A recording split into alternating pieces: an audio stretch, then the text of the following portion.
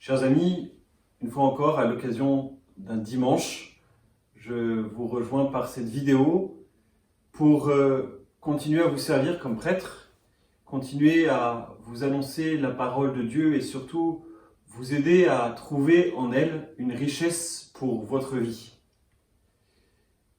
Ce dimanche, le Seigneur nous donne une parabole, la parabole des 10 vierges, et je crois que dans le contexte actuel, c'est une parabole très précieuse pour nous aider à nourrir notre espérance.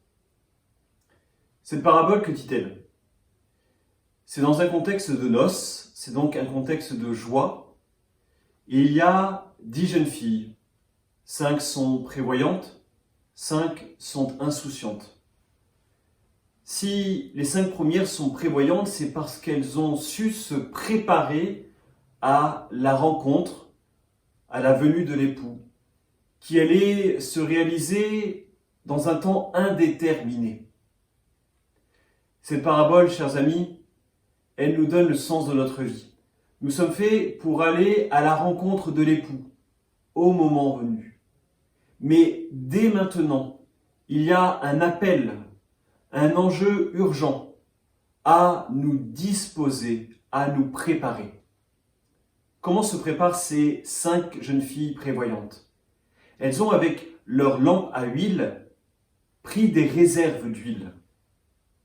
Cette lampe, pour nous, c'est la lumière de l'espérance qui brille au milieu des ténèbres, au milieu des soucis, au milieu des contraintes. Et cette huile, eh bien, c'est ce qui va permettre que la lampe brille. C'est la prière. En vous invitant à cette prière quotidienne, je ne veux pas vous donner un petit truc pour mettre un peu de pommade sur là où ça fait mal, sur tout ce qui peut nous peser en ces temps. Non, c'est vraiment comme les bûches dans une cheminée pour animer, pour alimenter le foyer. Cette prière quotidienne, plus ou moins grande, plus ou moins dense selon notre maturité spirituelle, pourrais-je dire, eh bien, cette prière, elle va nous permettre de continuer à rester mobilisés, continuer à être dans cette espérance que le Seigneur peut nous donner. Ne nous laissons pas abattre.